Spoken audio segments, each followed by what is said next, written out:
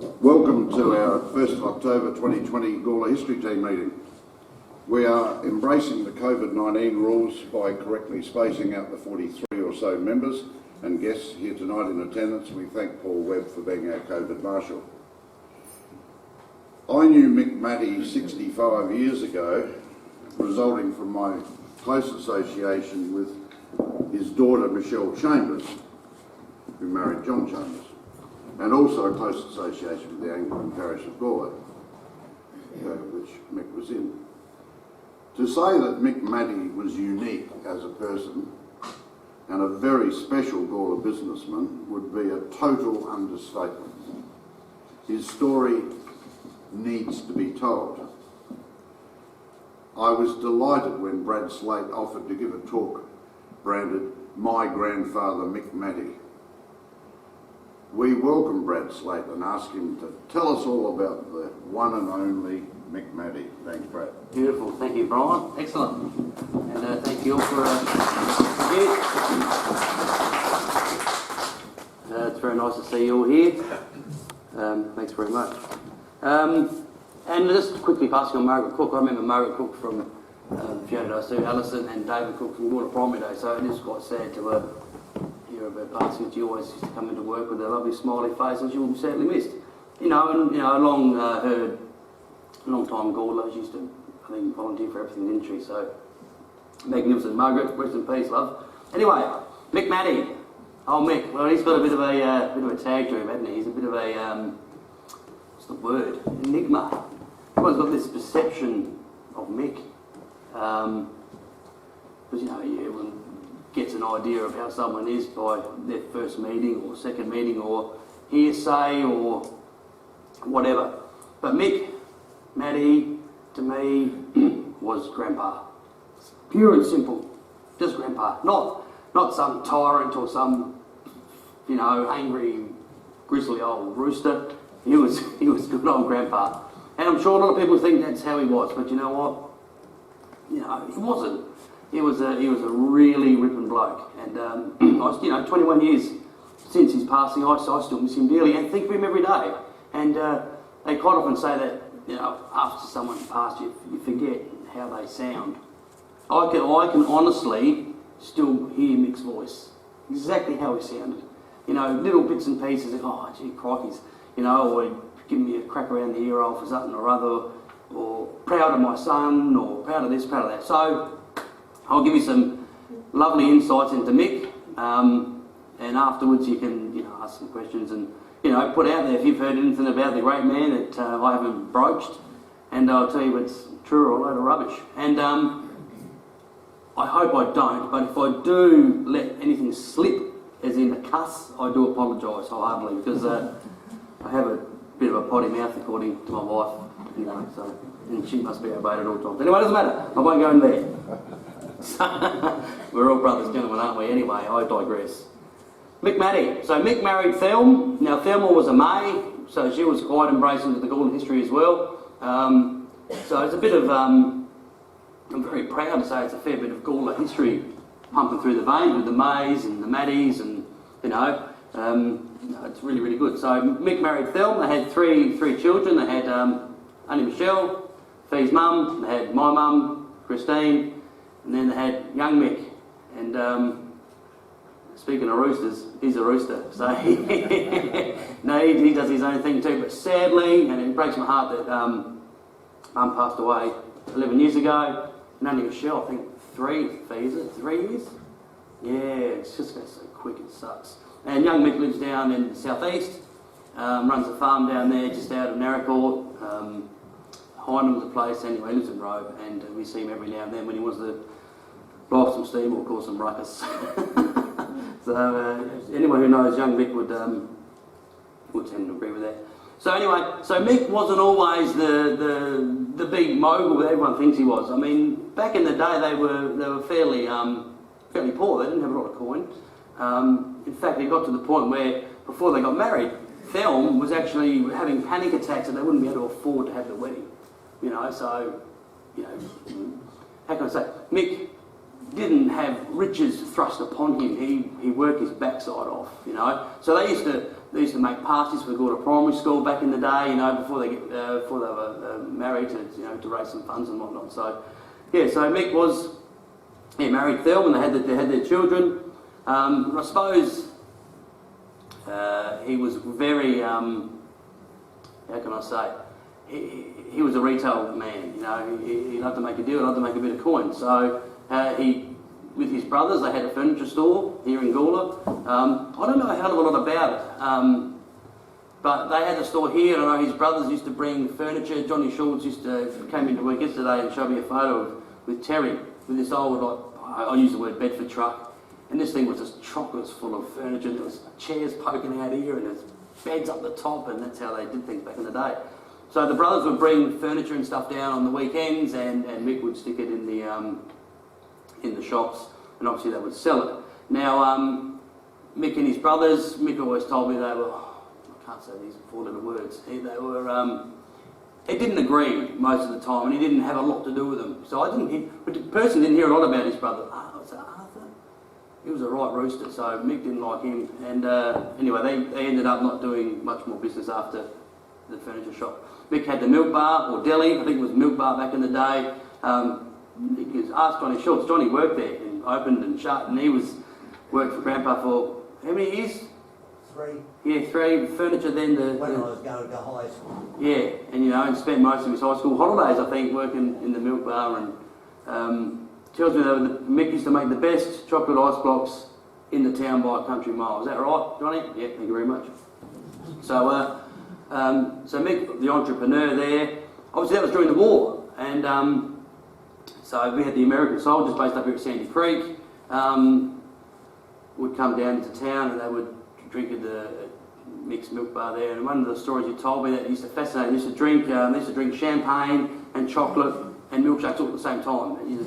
They're strange creatures, very brash, which I think put the hackles up on Mick, because you know what Mick was like, oh, I'm sort of this, and these guys were so full on. It's like, I thought, well, I think I'll just take your money and let you go because you're giving me the irrits. And he had one story, I'll never forget the story. He had a drunken GI come into the milk bar, caused an absolute scene, drunk as 1,000 men, and Mick's called the MPs. So they've come in and grabbed this guy, and Mick's words were they bashed him within an inch of his life, like absolutely in front of the shop, just KO'd him, knocked him senseless. And to that day on, Mick felt what's the word? Yeah, felt terrible, and he never ever rang the MPs again because he felt obliged that he shouldn't have. This poor young guy, just drunk on leave, and rang the MPs, and they, as Americans do, let's not go there, but sort of jump in head first, and they built a living suitcase out of this poor fella. So anyway, so people have this perception again of Mick being a bit of a tight backside, and yeah, maybe he was, but unbeknownst to anyone, and I only found this out, oh gee whiz, it might have even been under Michelle, not even 10 years ago, telling me that obviously during the war years and in the Depression there was a lot of unfortunate people and families. Excuse me. Mik Mattei used to drop off boxes of groceries and goods to families who were doing it poorly without any recognition. So they'll open their back door and there'd be groceries. Never once did he ask for any recognition, and never did he put his name to it. But it's a fact that Mik Mattei, in those horrible, horrible times, helped out all the families in Gawler because he was a bit better than everyone. He was a bit better, you know what I mean? So he was a great man in that respect. So not enough people know that story. So, you know, I will probably choke up 100,000, you know, that old bugger sitting behind me. But so excuse me if I do cackle a little bit. Bear with me. So yeah, so that's very unknown. That Mick, you know, that was one of the things he did. Adelaide Road was where Mick and Michelle and all the kids and Thelma lived, firstly. My memories of Adelaide Road was there till I was 5. So that's where KFC is now. So where the KFC building and the car park, so the KFC building's where I spent my young years. That was Mick's house. And next to that, the car park was this old, can you remember the old dilapidated house that was next to it? I used to think witches lived in it. Because Mick used to take me in there because, okay, when I'll never forget it. Bradley, come with me because all the drunks go in there and they leave their bottles in there and they're worth money. So we'll go in there. We have to go around with him. We go around there and you know what? You know what the bottle I remember? It's a stupid Cinzano. I just remember it. It was all these Cinzano bottles. Right, there we go. And so yeah, the witch's house was always a bit of booty there for me. But wish back then we'd taken more photos because I can still picture the house. You know but you know it was dilapidated, fallen down. And anyway, that's where KFC is. And there was a fair bit of concrete in the backyard. There was a poinsettia in the middle of the yard, and not much else. So there was a chook shed, and then the back, where the surgery, you know where the surgery is in. So that back alleyway, that big, I think it's a brachiochiton, that big tree, that was the back of the house. So I used to have this little pink scooter, this little pink pedal car, and I used to bounce around that as a young bloke, and Grandpa would pull up the side, and they'd always pull up the side, he'd have the trailer on, and there's always been guys I never knew that were in the car. So I don't know what these guys, whether they were hired help for me to, you know, put stuff in the trailer and stuff anyway. So that was Adelaide Road. So where KFC and that is now. And I know it sold for an exorbitant amount of money back in the day because KFC wanted it. Nick said, well, if you want it, here's the price. And they paid it, which the price will stay undisclosed. Unless you get me in the pub and I've had a few beers, I might tell you what it cost, but I can't tell you that right now. Unless you give me a couple of beers and I might. Anyway, it doesn't matter. Grandpa was also a life member of the Gawler Show Society. That plaque used to sit out Linda Road, and Grandpa's table was always here, and behind it, there it was. He was very incredibly proud of it. So he was a life member of the Gawler Show. He was also a member of the Royal Show, but he... Adelaide one. Hey? The Adelaide one. Yeah. Not a life member, just a member. Yeah, but life member of the Gawler one. I don't even know where that plaque's gone now. Bugger it, you know, you don't think of these things till... but it was red and orange. The writing was red and orange. I don't know why it was red and orange, but it was red and orange. And it was in a nice little black thing. And he showed pigeons and fowls. He called them fowls. Like it was a fowl. It was tennis or something. No, it was chooks. So yeah, so pigeons and fowls. And he was quite a fancier. He was quite a good. He was quite good at those. He had won many awards. Had the show bird. You know, the best bird. Pigeons mainly. He had a lot of success with pigeons. Fowls, I don't know. It might just be slightly fancy, but pigeons he was very, very, very good with. So he was into all that sort of stuff. So as a member of the Adelaide show, we'd end up, myself, my brother, Mum, Theo and Mick, we'd all go down to the show. Of course, 8, 9, 10 years old, we'd go into the members, so I was like, oh, you know, members, we'd sort of walk in, the members, and you had the big stand there, and we'd go for the fireworks and all the other bits and pieces with the show. But there was a funny thing. So rain or shine, it didn't matter. But Mick would never sit with me, Mum, and Thelm. He'd always stand at the, you know, when you walk up the steps, Mick would just stand there. I can see it now. I can see it right now. He'd have like a Nakubra fedora hat on, and a grey rain jacket, one of the real long ones. He probably had moth holes in it, but you know, so be it. And he'd always stand out there. Years later, I'd always say to Mick, he said, Nick, Mick never, Grandpa, why did you always stand down there and not come up if it was windy or wet or cold? And he'd say to me, oh, Brad, now you can bleep it out if you want to go, yeah, people give me the shits, and people can't control their children, there's too much jibber jabber, and I just want to go down there, sit down there and relax. And that's how we did. You just sit there, you look like a policeman or a Secret Service agent, just sit there. And that was truly, I'm not joking, that's how it was. And that was his explanation. And sort of to a way, that was Mick. Mick didn't suffer falls. So every now and then me and Mick would butt heads. I'm a fairly, I won't digress because I've got notes, because I've got so much to talk about. I've got notes and I don't want to impede, but Grandpa just didn't think sometimes that I was quite, didn't have that animal drive. I was a bit too nice. You know, I just wouldn't, I was non-confrontational. So I was a yes man. And Mick said, you've got to toughen up, son. Anyway, it's fair dinkum, it's true. Not in a horrible way. I'll go into that because that showed the pure, here we go, the pure heart of a grandfather. He was just concerned about me, you know, at that stage. I would have been probably 13 or 14. Anyway, so Mick would always drive to the show and drive back. In that Statesman, and this is where I go into Mick's driving. Now, anyone who grew up in the town would have seen Grandpa, maybe with the old FJ Forden back in the days, with Les Lucas when they used to repair shops and other bits and pieces. And then he drove to the Green Statesman, which was, I don't know, I'd call that almost an icon of the town. And I think Kirsten, whether she still got it, Fee, or not, she still got it. Okay, this thing had a soul. It was just a ridiculous vehicle, and Mick drove it everywhere, and he drove it like he was the only person on the road and the only person in the town that mattered.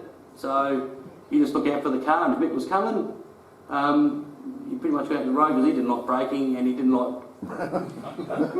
like going incredibly fast either. So if you hurry or you're behind Mick and his massive tandem trailer, you're in a world of pain if you want to get somewhere quickly. So the Green Statesman, it was massive, the tandem trailer. Now the tandem trailer was really huge, and the metal, the steel had rotted out.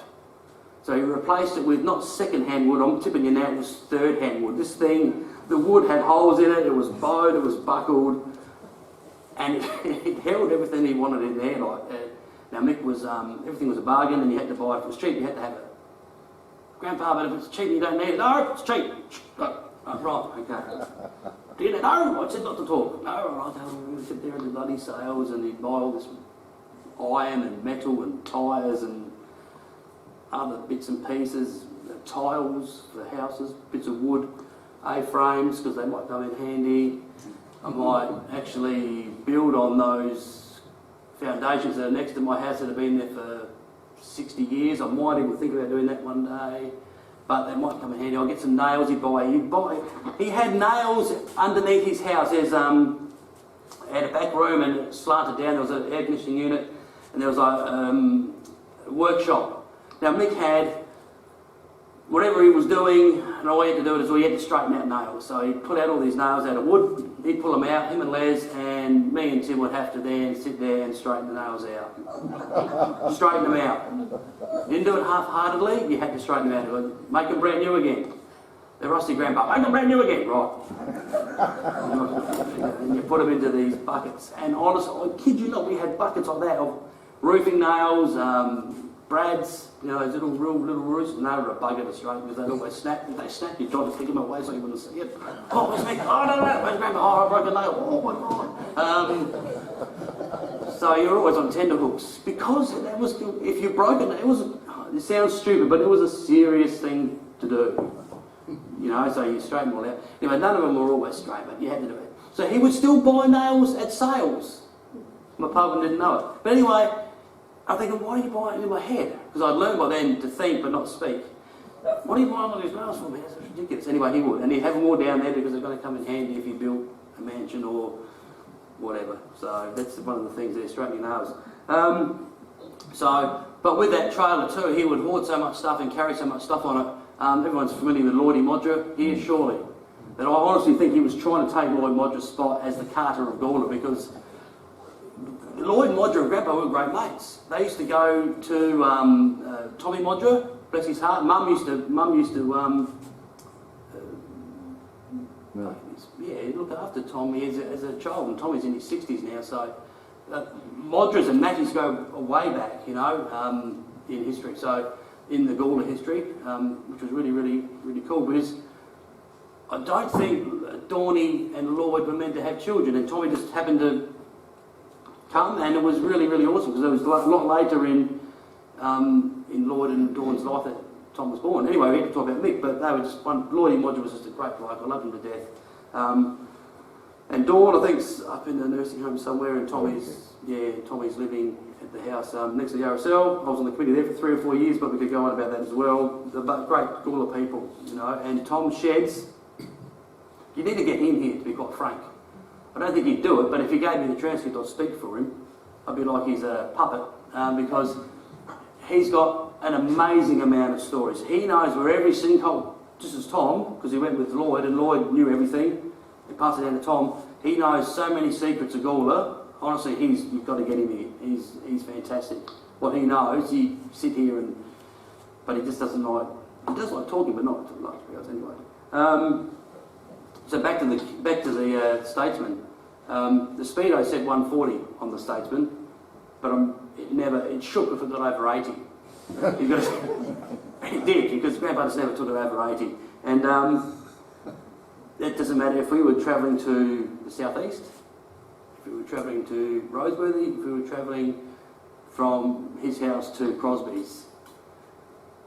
So we're driving to the southeast, because it used to be, I've got to make sure all my notes are here, right? Yes, so okay, so I'm on that now, that's cool. So, when Michael bought the farm, Grandpa bought the farm, but Michael said he bought it, but he didn't.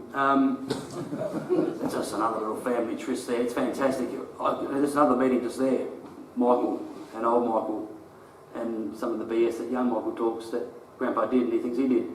So we would drive to Narracourt, and when Thelma was alive, we'd go to Tailem Bend, we'd have fish and chips at Tailem Bend, we could have a spell, then we'd smash through to Narracourt on that horrible highway, past Canal and all the rest of it, 80 clicks, nothing faster, all the way, because he wasn't giving those government bastards any money if he got nicked for a fine, so 80k is safe as nothing can happen to him. So when poor old Thelma passed away, it was just me and Mick in the car. Now by then I had my Els, so then I would drive with Mick, and of course at the time Els was 80, so no worries. So 80 you didn't have to worry. So he would kick while I was driving. Now he wasn't allowed to, but he would just and he'd be gone. Okay. So when we would then swap driving, and we keep driving, then Mick would just he'd just pull over. Oh, Grandpa, what's wrong? Oh, I can have a sleep. So he would sleep like that. He could. I've never known a man to just go, but he didn't just go. He went. So of course, the windows are down on the Statesman. Here I am, just sort of sitting in the passenger seat. What am I? 16. Cars would drive past and see this like this. It was like, no, the cars would stop. Oh, is everything alright? And I'm like, yeah. And Mick's like, oh, yes. Never woke up and said, oh no, it's just Grandpa's having a sleep. You sure he's alright? So yeah, that's how he rolls, man. And anyway, so 10 minutes later, you go, oh, right.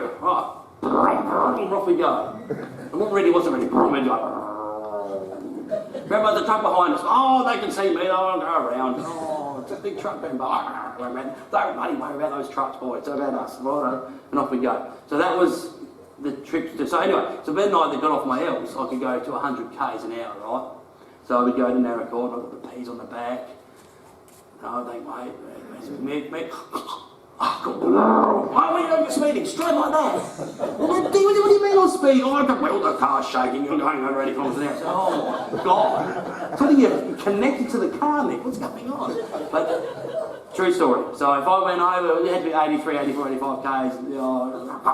He knew what was going on. You don't want to get caught speeding. What's wrong with you? Oh, I said, well, nothing wrong with me. Oh, there's something wrong with you on speed. No, Mick, there's nothing wrong with me. And that's how he spoke. We didn't do what he wanted.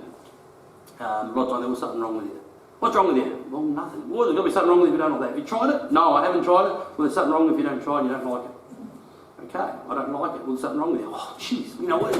Because, anyway, that's how he rolled. So I've got onto the driving there. The puzzle looks harder.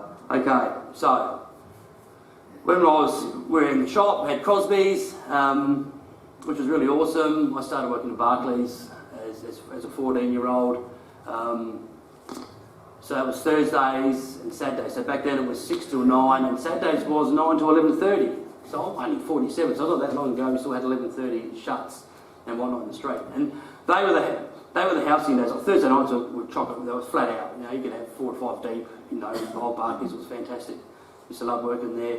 My fortnightly pay. It's funny because my youngest, he's 17, but he worked with me the last 3 days of work at Vaduz because we were flat out. Anyway, So he got 130 bucks. He goes, oh, great, that's excellent. I said, okay, that's cool.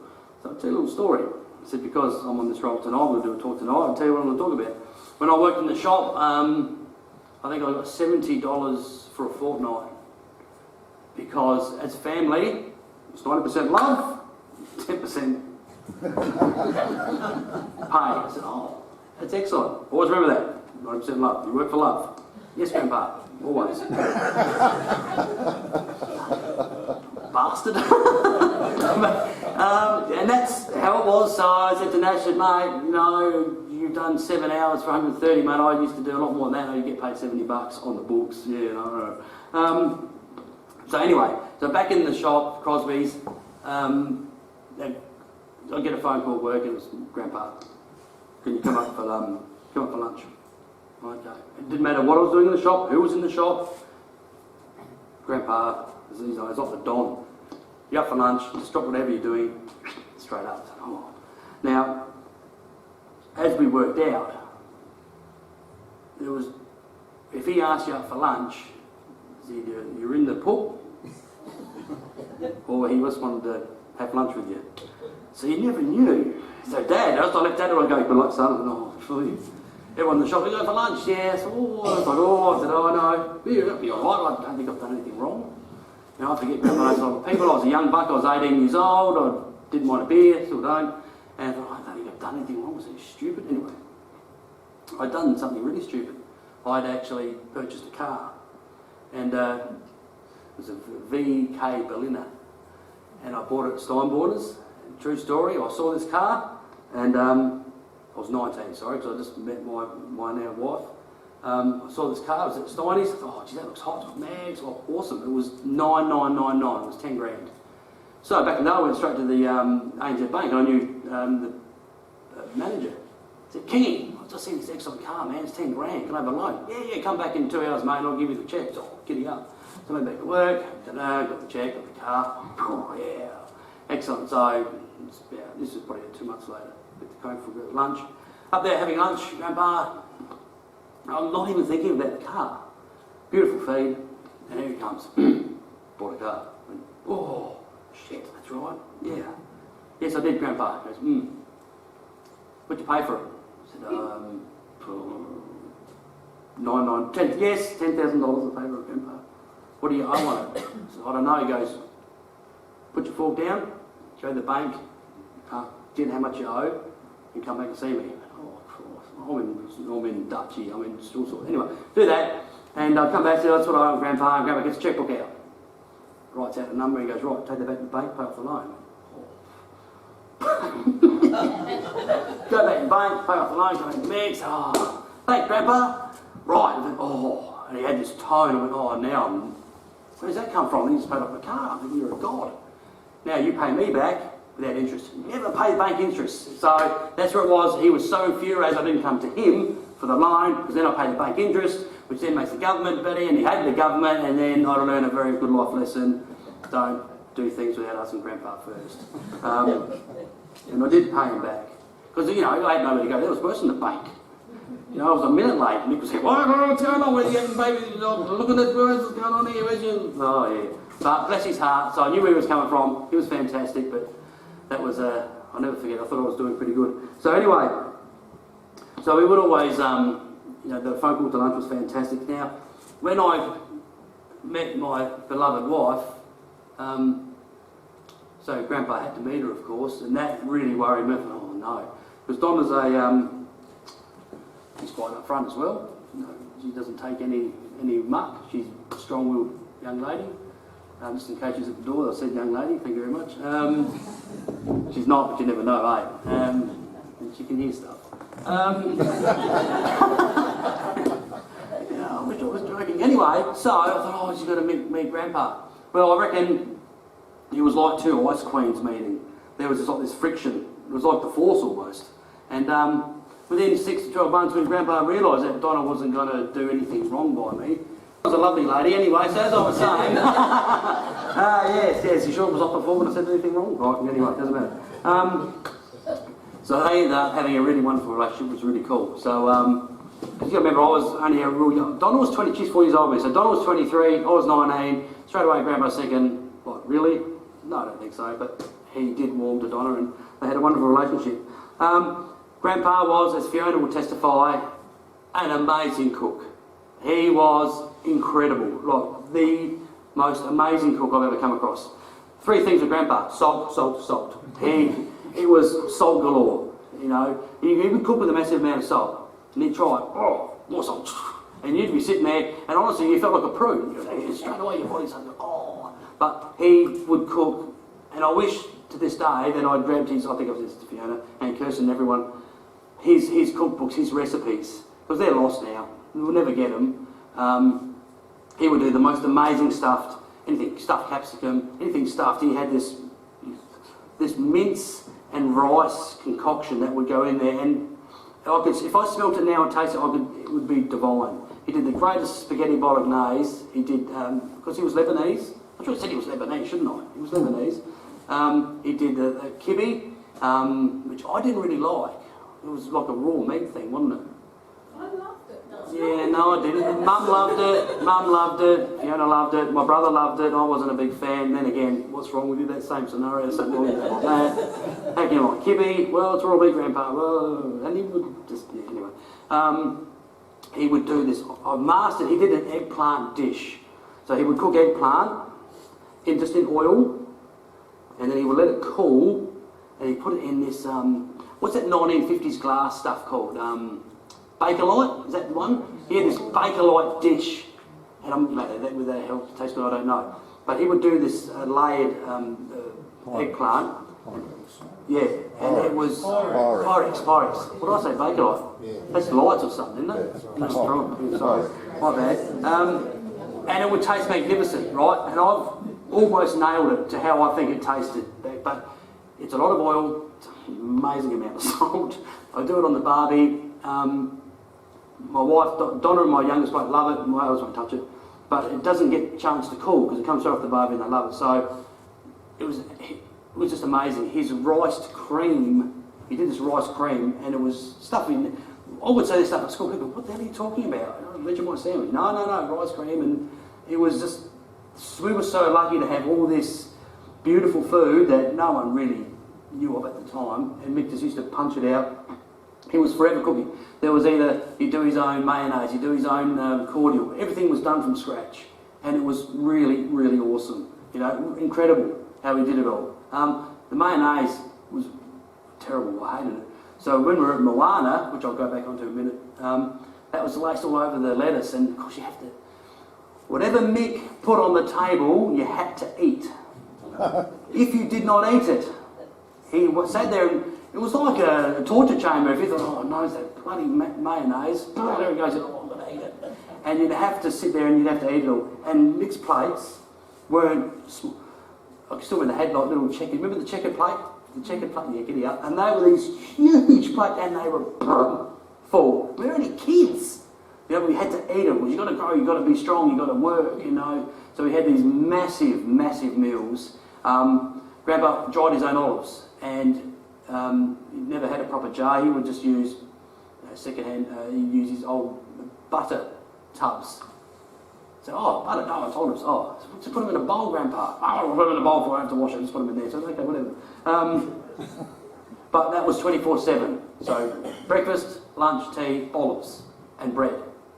And these dried olives, I've yet to replicate those. I've got my own olive tree, I do my own olives, but I can't, for the life of me, do these salted olives like Grandpa. I really need to try a bit harder. But they were salted and they were dried and they were just magnificent. He was the greatest cook, and you walk into the house and you would just smell. That's why if you're going to cop a hiding or a dressing down, you just go there for the feed and go, I'll just bring it on. I'll cop whatever you're throwing at me, Mick, because the food was just to die for, you know. And when it came to food and that, he was such a generous man, you know. Nothing was too hard for Grandpa. Nothing was too hard at all, you know, in that sense. And especially for the family, you know, he's very protective of his family, and I'll get to that as well. Lindop Road. I live on Tendernot Road next door to Grandpa's place, which has been bought now by a family who are doing it up, which is really fantastic. They're doing it, Brian, you see that? Yeah, they've done the veranda and anyway. So 8 Lindott Road, so 8 Lindott Road to us as children, sheep, ducks, geese, chickens, pretty sure there was a dog there at one stage, and a lot of concrete out the front, because Thelma loved gardening. Mick thought it was a waste of money, too much water. But he got, remember Kevin Eckert? Kevin Eckert was a landscaper in Gawler, did a lot of gardens and stuff in Gawler. Well, Kevin Eckert, I don't know how Thelma got Mick to do it, but she did. And if you remember, he had this big, got the whole front yard done. Had beautiful big fountain in there, lawn. I'll tell you this funny story about the lawn. So we had the lawn and all these beautiful trees. All the trees are still there that Kevin planted. But out the back was just concrete. Mick's like, well, you got your way out the front there, Phil, I have my way out the back. Which was great for me and Tim. We just rode our bikes around it all day. You know, the concrete's still there, and they had a round hole in the middle of it, you know, so how we drive the cars around. And I think to this day that Phil wanted to put garden in there, but nothing ever happened in there, because I think Mick kept saying no. But Mick, in his wisdom and know-allness, because he knew everything, wanted to fertilise the lawn. And I remember he got some chicken poo. I don't remember the pigeon poo. And someone said to Mick, don't fertilise your lawn with straight pigeon poo because you'll burn it. You don't know what you're talking about. This beautiful new lawn. You remember he spent a lot of money. And he just covered it in pigeon poo. Covered it. And watered it in. And within a week it was just brown. And Mick said, oh, gee, I think I watered that in properly. So I must have burned it. So I went, oh, no, well, it wasn't his fault, and it really wasn't the pigeon poo's fault, but it was. And then all hell broke loose because Stella lost her. She wasn't happy with that. So yeah, it was old Mick there, the pigeon poo incident, which we all sort of paid for in the end. We had to dig the bloody thing out and put a new lawn in. But anyway, that's another thing. So Grandpa had sheep. So he would run sheep in his vacant block next door and in the yard itself with the geese and the ducks and the chickens, which were underneath the mandarin tree and the orange tree, to keep the weeds down, because it was cost effective. It cost him $1 to buy a lawnmower, as he called it, and that would just eat down. Then he'd get them chopped, you know, necked or whatever. But he had the shop in Cosby's, obviously, and that had a little back end. He would grab the Tatum. He had he had the trailer, but he had also a thing he put on there for sheep. So we'd have to pick it on as kids, and he'd put the sheep, we'd have to round the sheep up, me and Tim as young roosters and Grandpa, and that was like Butch Cassidy and the Sundance Kids, but without, Grandpa was everyone with a gun basically. He's like, run there, run there, run there. I was like, oh man, all you need now is a high-pitched whistle and we'll be part and parcel. So we had to run around the spare block for, it could be an hour, half an hour, trying to round up these sheep. And the sheep, if they don't want to round up, they're quite hard to round up. So anyway, we get them into the trailer. Then we would sit in the car and drive the trailer down the main street of Gawler to the back of where Hunt and George is, where fluid plumbing, that back in there. Then we'd have to stand there, me and Tim, while Mick ran the sheep out. We were like the barrier. And so, what do the sheep don't want to go? Oh, just stand there. So, and the sheep would go in the backyard. Of course, then they would eat all the grass. Lots of sheep poo, smell, the pub next door, I think they were too wrapped. Either with the ladies who would come, the employees would have to come and go to the toilet and dodge all the sheep poop and the sheep to go to the toilet. But Mick said you just have to do it because I'm Mick and that's what you do. And then we'd have to then repeat the process of getting the sheep back out and all the rest of it. And then the council told Mick you can't do it anymore. They're allowed to run sheep in backyards in main streets where there's people. And it infuriated him. What do you mean? I pay my rates. And then, oh, here we go. This is going to be on. And he did do it a couple more times. I think he might have even got fined. So that's just like adding, like petrol to a fire.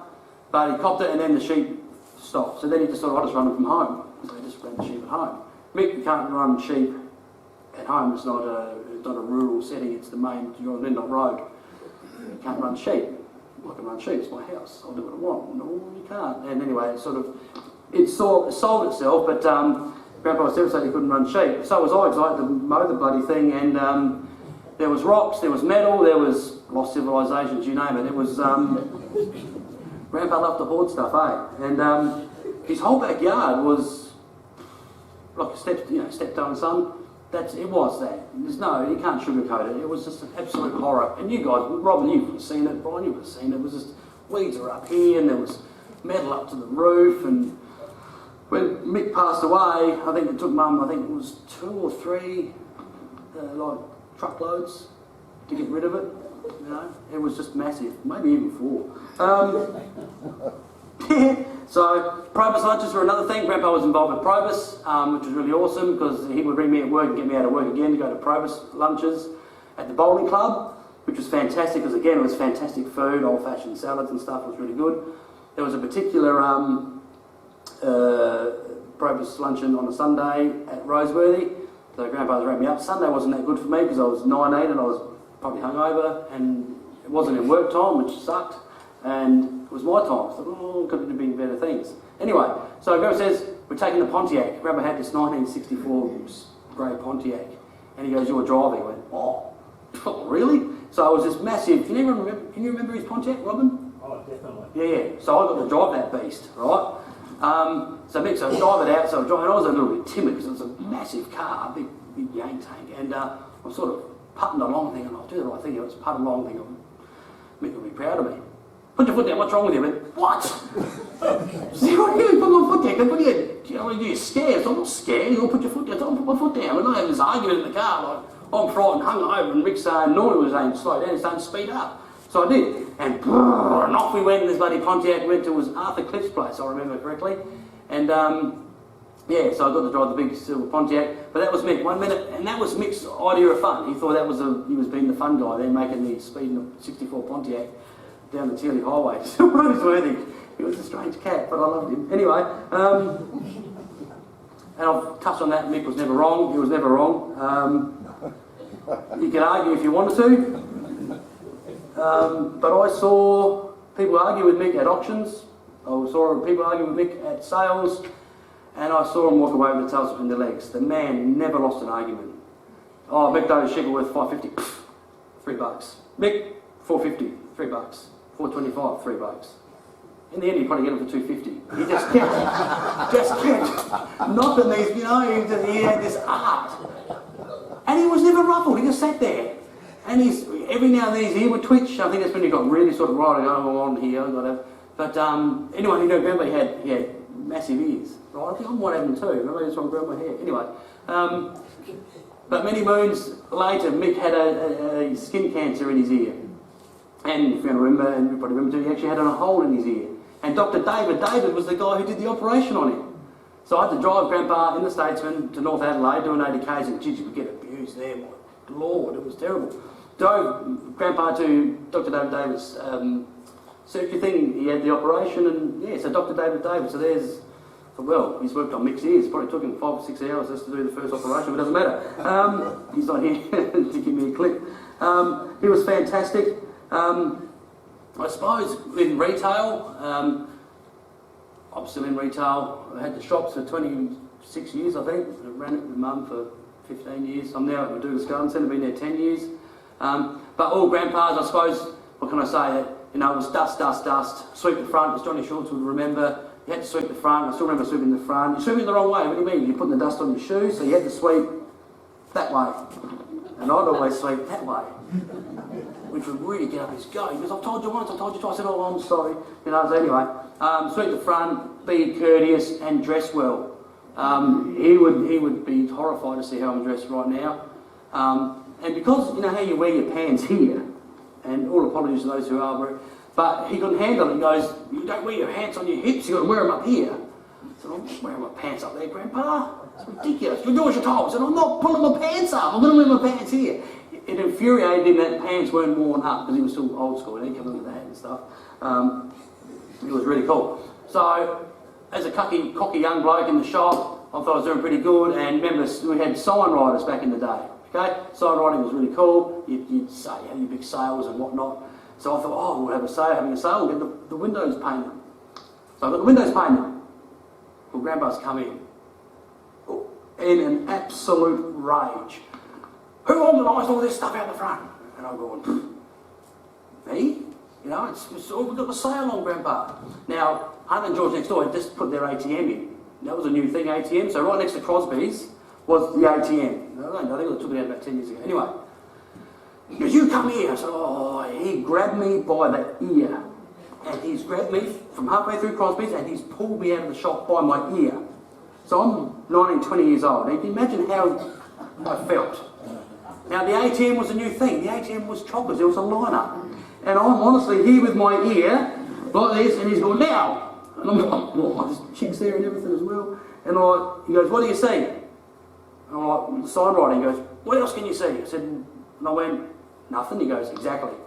You can't see the stock. Let go of my ear. I went, oh. He goes, right, you learned a lesson. I went, yeah. He goes, don't paint signs on your windows because you can't see the stock. How can you sell the stock if you can't see it, even if you've got a sale? You can't argue with that. Didn't want to argue with it, but everyone else was staring at us like, fair dinkum. And I went, yeah, okay. He goes, and that was probably the last sign painting. And what if you did that now? Honestly, he pulled me up on me. He was dragging me by my ear on the footpath. Good on. Yeah, true. Yeah, he was. So that was one of my great life lessons. Don't paint bloody windows. Fair dinkum. So that comes back to the fact that Mick didn't think I was strong enough. I wasn't.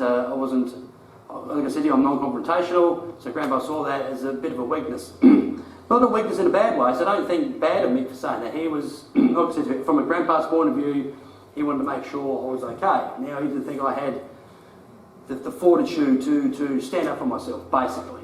You know, so I said, you've got to get tougher. I said, oh, I don't know if I can get tougher. You know, the old Robin loving little fighter thing, he didn't think that was funny. I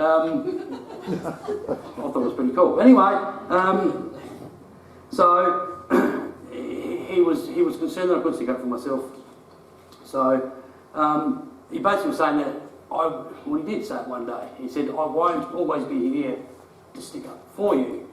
Because he was a very loving man to us. So, and that's what he said. He goes, I won't always be here to stick up for you. You've got to, in business, in life, he was terrified people would tread all over us as grandkids. Couldn't handle the thought, because I think he did, like I said, he did it tough. He wanted us to work hard, but he didn't want us to be trodden. And because I'm, I suppose, like I said, a nice bloke, he thought that, you've got to be a bit of a prick, And but anyway, so he was very protective of us. Like I said, it took years for Donna to come into the fold. But one of our lasting memories of Grandpa, and I hope I'm not rambling on too much and you're going to cut me off, but was Christmas. Grandpa was massive for Christmas and Thelm back in the day. So Grandpa would always rock up in the big Statesman, and we'd all wait for it as kids. It'd be awesome. Everyone would be we'd have it at Jacob Street, we'd have it at Cowan Street, mainly at Jacob Street generally, for lunch, and Fiona and that would come down for tea and Mick. But Grandpa had to carve everything, so he would carve the turkey, he would carve the ham, because he was the only one that could do it properly. Everyone else was rubbish at it, and he had the biggest knife, and then he would sit there and he would, and he'd carve. And Jacob Street, we had a cellar, so Mick would be sitting here. The cellar was there, and the table was here. I can still see it right now. So he'd be carving away, eating. Oh, that's a bit dry. Oh, that bit's all right. Anyway, Christine, you cooked turkey too long. Hey, look at the legs. Oh, that's not too bad. All right. Oh, the skin. Anyway, as he would. I'm not telling any fibs here. And then we'd sit down for lunch, and we'd all have a glass of champagne. As kids, we always got that little bit of champagne as well. So, we feel like adults. It was awesome. Grandpa, every year. It's bitter, it's crap, it's terrible. It didn't matter if it was Dom Perignon, never was, but it wouldn't matter, it was always rubbish. We'd have pudding. Now, you'd have money in the pudding back in the day, the little, is it threepence and whatnot, okay? I've still got 3 of those coins at home. So then it was a battle, and so you had to have the most coins, so everyone was at the table, and if you didn't, you couldn't cheat, you couldn't cut through. Mick would watch everyone. You have to eat it. You can't just get the knife, or the spoon, and, there's a bit of silver. Oh, yeah, I've got one. You had to physically eat it. And he was all on all the time. So he would always, and I only worked this out later on, he would get less custard than everyone else, so he could actually see what was going on, and he'd be a bit tricky, because if the more custard you had, you couldn't see if you had any silver. Anyway, so Grandpa used to make this noise when he got a coin in his mouth. And I can still picture it, and it was like a high-pitched, how do I do it? And everyone would go, bloody Grandpa, and he used to make this, I can still picture it in my ears, I'm sorry about that, it sounded like a moose mating probably. But he would make this fantastic noise, and I don't know how Mum did it, but everyone always ended up with the same amount of coins. I don't know how she did it. Don't ask me how. Whether it was God saying to me, you know what, I'm just going to call it evens on this particular day, mate. Everyone's going to get 2 coins each. And that's how it works. But there's 2 great stories of Christmas with Mick. One was after Thelm died, Betty Curtis and Murph Curtis, lived down below Mick. And Betty was fantastic for Mick when Thelm died. They were really lovely people for him. But this particular year, Betty stitched him up on the champers. And I thought, gee, Mick, Grandpa's a bit late. Anyway, he pulled into the driveway, just. The car's pulled in like that, Mick's got out, drunk as a million men. And he's walking, oh God, how you going, Grandpa? Oh. And he got down there, you're going to carve the turkey, you still carve the turkey, you still carve that, and then basically he just went, not this, it was cooked. And a couple of years before that, Grandpa's cutting the turkey. It would have been a hot Christmas. Always pitied Mum cooking a big traditional roast stuff in hot Christmas days. And Mick must have moved his chair the wrong way. And he's just gone straight to the cellar, backwards. Bang! But half hanging out, half hanging in. I've got the ham! And he's got the ham. Mick's halfway down, knife on the ground, but he saved the ham. This guy's to breaking his neck. But his thing was to save the ham, and he saved the ham on the day and fell in the cellar. But anyway, that's how it is. Grandpa was very good at bowls. Not very good, he was fantastic at bowls. Anyone here played bowls against or with Mick? Probably not, but he won championships, he was awesome. They've got an arch at the Gawler Bowling Club, it had his name on it, because I think he might have donated or whatever, which was fantastic. I never saw him play bowls, which is a bit, oh, did I? Oh God, if he did, I can't remember. But he had this thing, when he would play bowls, he'd come home and he would sit with his head, his head was there and his feet were up here. And he'd do one of those, and he'd just sleep. And that would drain, he said it was something for his feet.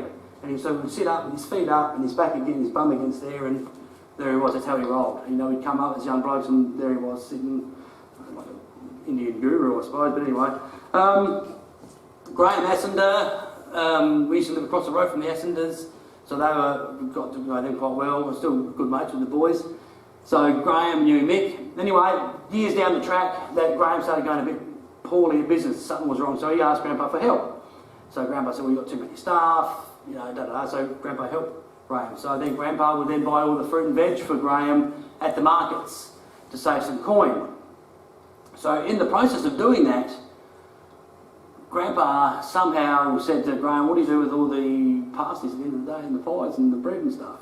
Graham's like, throw them out, whatever. He goes, Mick says, I'll take them for the chooks. Graham, oh, you can take them for your chooks, whatever, mate. No, it's cool, no worries, take them. And I knew what particular days, and the phone rang at work. Brad, okay, Grandpa? Oh, I said, yeah, I've been to the market, got the pies and pasties come up. So I would go up home, and he would take the pies and pasties for the chooks, but we'd get them. He goes, now I know Donna likes curry, so I've got her 5 curry ones here. I'll walk out with these bags of bloody Assenders pies and pasties. It's fantastic. Fiona probably would have got them. We all got them. So the chooks, they got bugger all. Not a beak touched a pie. We did. It was great. That was Mick's whole thing. But Graham, I did actually tell Graham that chooks never got them. We didn't. He goes, do you think I'm an idiot? I said, well, no, I'm just need to sleep straight at night, Graham. No, I flogged half of your bloody bakeries, pies and pasties because Mick didn't give them to the birds. Anyway. And that was really cool.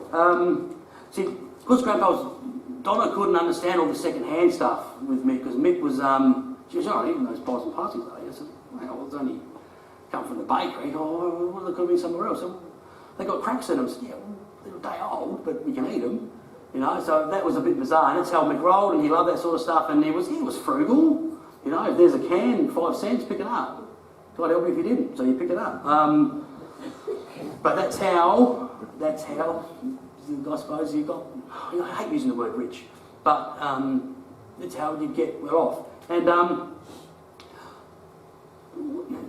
with Mick, the enigma that was Mick, so you'd live, Fiona, I don't know she got much of it, but because in the shop I get it all the time, but people were quite cruel. They'd come to me and they'd say, oh, you're Mik Mattei's grandson, you don't have to worry about working, you're always going to be rich, you don't have to worry about anything. So, okay, and as a young bloke, whatever, I don't think much. But that was a constant a constant bane of being Mik Mattei's grandson. As true as I stand here, people would say horrible things, horrible things about, because this is my father, I'm Mik's grandson. Oh, mate, you'll be loaded and you don't have to worry about it. And when he dies, you'll be... So what do you mean when he dies? I kid you not, when my mum died, oh, you don't have to worry about it, she was Mik Mattei's daughter, you'll be fine now. You won't need to shut the shop and do nothing. Ridiculous stigma with Mik Mattei. Ridiculous stigma. I used to buff it off and not give two hoots about it, but Mik wasn't like that. Mik was a very shrewd businessman. He wanted to rub people up the wrong way, but who doesn't? But that was probably the bad side of being Mik's grandkids or grandsons, because you're in the public eye, you're an easy target, and people were just turds sometimes. But anyway, it didn't bother me that much, because I knew Mik wasn't like that. Mik was awesome. He was great. And as you got older, you thought, oh, you go, Mik, you're making a new one. It's cool. How dare he speak to you like that? So it was awesome. He was a bloody hard worker. He worked his backside off. Even when they pulled down Barclays, Mik did all that by hand. All the Slate tiles that came from Scotland, I think, Robin, is that right, Wales. Wales, yeah, Wales. Everyone off by hand. I don't think we had to straighten the nails on those. It might have been too old, they might have broke. No. My brother helped me do that, not me. So he was really good like that. We used to go to Moana as kids with Grandpa all the time. It was fantastic. And he used to swim every morning. As soon as it got to dawn, bang, he was out. Out with the Noahs, out with the sharks. But he loved it. Come out with these little budgie smugglers on. Very hairy man. Very hairy back. I'll never forget it. And he used to fall asleep in those budgie smugglers. As a young child, there's some things you can't unsee. Because he just didn't care. He was great, and he was awesome. I smoked as a young bloke. I haven't smoked for many years, and he couldn't handle that because it was just a waste of money. Nothing to do with health, just a waste of money. So I got rid of all that. I'm going to quickly touch on one thing, because I think we might have to might get hauled up. But the last thing I've got to be careful of, there's two things, that when Grandpa, the night he passed away, he rang me at work and he said, I'm not feeling well, he was in the hospital. So I come up from work, got in the Statesman with Mik.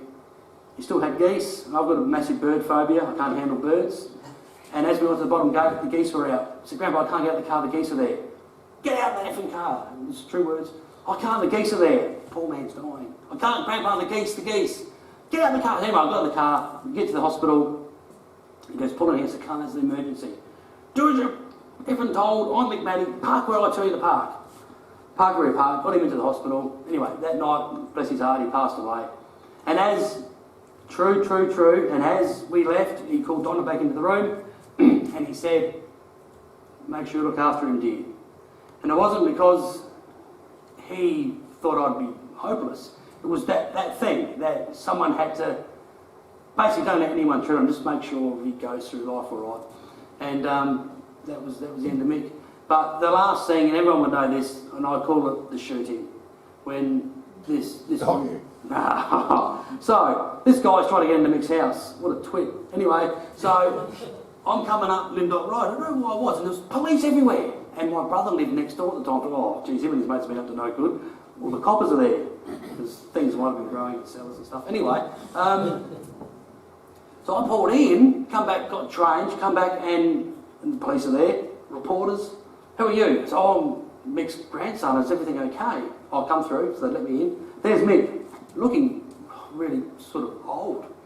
No, they don't seem like that. He was always such a vibrant. Anyway, at the table, what happened, Grandpa? Oh, I shot a man. Oh, what? I said, yeah. And the cops are sitting there nodding. Yeah. And said, well, how? He goes, well, he tried to get in the door. The guy said he was not sure where he was, thought he was home, but he actually ripped the security door off its hinges, ripped it off. Right, ripped it off.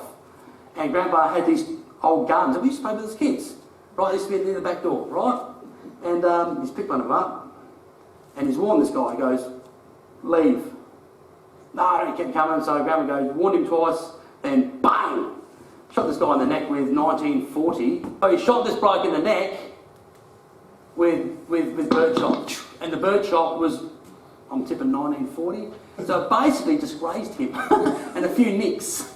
And so they arrested him, and they took Grandpa's guns, and I'll never forget this the day I die. I'm sitting there with Grandpa, only Michelle was there, and myself, and one of the defectives, Mik, you got a gun licence? And Grandpa goes, oh, because, you know, they're writing reports and stuff, because he's shot a man.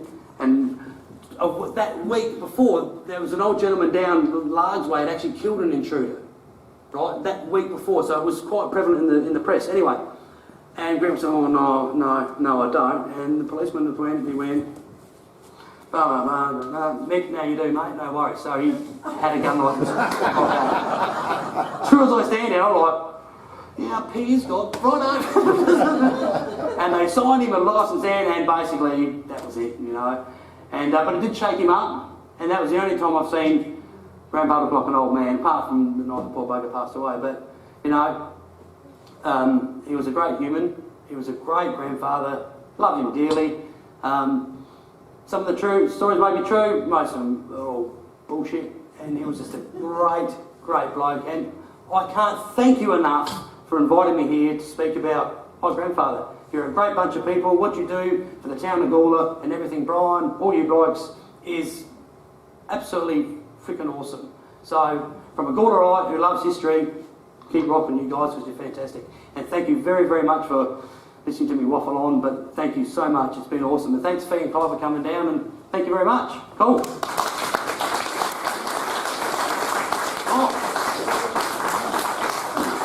Go back to the first one. Yeah, so the first one. Go back to the first one. Oh, yeah, there's old Mik. Anyway, well, strapping old rooster. Kirsten used to say you look like me. No? Not really. Maybe I've got film. I'm not sure. Yeah, so that was in Cairns. Grandpa did a trip around Cairns, and Kirsten dug up all these, maybe Fiona too, when, so there's Mik there, and there's Auntie Michelle, Mik, and Mum. And I reckon he's taken it because of Arthur's, because Arthur's his brother. Maybe he was taking the Mickey out of Arthur. But anyway, that was somewhere between here and Cairns, eh? And that's, to me, it looks like bloody weed, but I think it's rhubarb, and he's pretty proud of it. Look, he's a fairly thick set rooster, eh? Ready? Bloody eyes. Who works at Madulas? Me. Oh, really? Sorry, it's not colour. I can't do black and white. I'm terrible with And there you go. Look now at Johnny Chambers. What a rooster. Auntie Michelle. So he was another great Aussie, great Gawler bloke. Let's be honest. That's Mik's head. Yeah, there's Mik there. See, they were fair old honkers, weren't they? Look at them. I think Dr. David, when he realised, he said yes, he goes, oh crap, we've got some work here. He got all the interns in with him.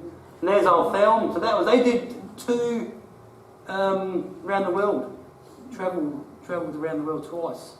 And we had some really ordinary slide nights after those tours. For young blokes, they were just idiots. In the lounge room. Yeah, look at that. So he had so that ear there, that's where he had the skin cancer, right? And that whole part of his ear was cut out.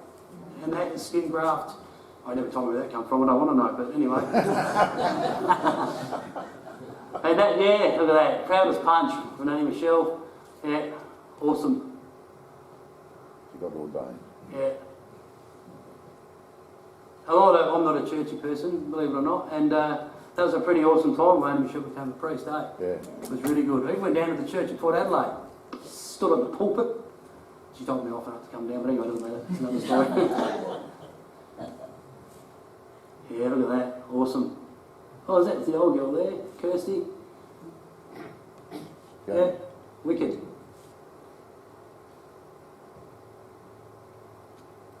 Yeah. Kirsten Jones. Yeah. So this was Shergus, that was Radio Rentals. So that's where we had our shop in the end of the day. So that was the old, they used to become Sims Sports Store. So Simsy, we had to get rid of those doors that were spewing, but we had the shop there, and you could still, before they went underground with the power lines, you could still see Super Elliott's very faintly on the pole there. So that's in there. Grandpa, that's Grandpa there, and that's his bus. That's his old Holden that rotted in his car park, in his yard. So yeah, so it was pretty awesome. So his like I said to you, his renovations and his fixing up stuff was notorious. Third, fourth, second, fifth hand iron and stuff like that. 1995, South at Hall. the age of 80, he was up. No, that's Transfiguration Church. That was That's- South Hall, right? Excuse me, that's Transfiguration Church. He's up, boys. He's up, he's up helping removing the, fixing up the new roof. In So that's next to Annie Michelle's, isn't it? No, it's Transfiguration Church. Oh, is it? Oh, Yeah, so we were on the I- same page then, Rob, weren't I took the photo. we? Yeah, righto. Yeah, there we go. Yeah, awesome. Doug Rao. Eli Hamber. that would be. Eli Amber. Yeah. Geez, he lived to 100 and hell, he would have been 103 or 4. Yeah, and still doing tax returns. Still doing tax returns. Yeah, that's right.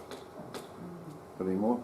That I reckon. Well, we can try again. But I reckon that's it. Oh, that's on one of the trips. I think I've got that at home somewhere. God knows where I've got these photos. God knows, a bit of a clean fresh. He's cleaned them up somewhere. I've eaten them or somebody. I don't know what's going on. But that was in Hawaii. That one. Okay, That's it. Brilliant. well done. Excellent. Thank you. Is it on? Oh, crikeys. Well, thank God that's off. Stand next to. I will. You'll be pleased to know Port Adelaide are well in front. Are Look, it gives me really great pleasure to move this vote of thanks tonight because I had a lot of affection for Mick. My first memory of Mick was when I was a little tacker, God knows, preschool. My grandmother was dragging me around Gawler, and one of the places we had to go to in those days was into Barclays. And Grandma was buying the stock work clothes that Grandpa had and so forth. And it was, Mr. Mattei, you know, I need this. Yes, Mrs. Mackworth, you know, and they'd get it down. And Mrs. Mackworth, is there anything? And it was all very, very polite. Mr. Mattei and Mrs. Mackworth and so forth. And he was just a real polite guy. I just remember that. The carving of the turkey, Brad. Mick owned a deli in the Depression, and they reckon he could carve anything that you could see through it. So he could carve a turkey to feed a regiment. He's really lucky with it. That's just a story on Mick. Mick's driving, Brad's on about legendary with the Green Statesman. Of course, I remember the grey Pontiac more so than the Green Statesman. And look, Mick wasn't the only one around Gawler you had to look out for. His driving was pretty good compared to my grandmother's, Teddy Allwood, you know, and all those others. Like my grandmother, my God, how she ever got away with it, I got no idea. But the Green Statesman, I was on quite a few occasions invited by Mick to come to an auction with him, and we'd find out where that auction was. Well, look, it's at Alfred. Yeah, okay, Mick, why do you want me there? Oh, just come along, you'll enjoy it. And of course, it wasn't coming along to enjoy it, I had to drive. And believe you me, Brad, that Statesman did a hell of a lot more than 80. Did it? Oh, yeah. Yeah, maybe there's going to be blood. Yeah, I don't think he was probably as bad with me as what he was with you. But look, he was generous to a T, there's no doubt about that. Mick's philanthropy is not legendary, but it was there. And I don't think he ever wanted anyone to know when he handed out money to anyone or any one organisation, because I think he sort of this is the funny part about these people. You'd call him a grumpy old bugger with a heart of gold. He came across as grumpy, but he had that heart of gold. And I honestly think that he hid behind that grumpiness so that he wasn't taken advantage of. And he would have been taken advantage of because of his generosity. He just couldn't say no. But he didn't want you to ask. So. I remember just part of his generosity and his memory. My son, at the age, primary school, I don't know, something like that, was in Barclay's shop one day and just said to Mik Mattei, "Oh, Mr. Mattei, I like your cabinet." And it was the cabinet that the Akubra hats were in. It was a great big glass cabinet. And Mick said, "Do you, Jason? What do you want that for?" And he said, I'd like to put my models in it to display them because it's a lovely cabinet. And Mick said, "Well, Jason, when I'm finished with it, you can have it." Well, Jason was at work, I don't know, probably about 17 or 18. I don't know what age he was, probably when Barclays closed down. We got a phone call. "Jason, come and get your cabinet." Had a cracked glass on it, and Mick repaired the glass and gave it to Jason. It wasn't something that people had offered Mick damn good money for that, but he was good for his word and he gave it to Jason. Just another, I think probably one of the last times I saw Mick was, I don't know whether it was Christmas Eve or Boxing Day or something like that. I know it was right on Christmas. I went and saw Mick about 10 o'clock in the morning, 9:30, 10 o'clock, and I walked in. It was just a little bit of business I wanted to see him about, and he said, "Oh, Rob, have a beer with me." Mick, it's a bit early. "Oh, it's Christmas, you gotta have a beer," you know. And we each had a beer. Now, neither of us wanted that damn beer. It was the most horrible, bloody beer I've ever had in my life. Because it was beer, it was non-alcoholic, we used to buy it cold. No. It was proper beer. Oh, you're lucky. But I think the thing was that we had to have that beer just because we had to have that beer because it was Christmas, and also it spread out the time that I was there with him. Look, a lot of fondness for Mick and Brad. Thank you very, very much for coming and telling us about Mick, and hope it dispels a few myths. And here's a box of goodies for you to take home to you and your good wife, and thanks very much, Mick. Nah, Rob, Good. No worries. Thank you again.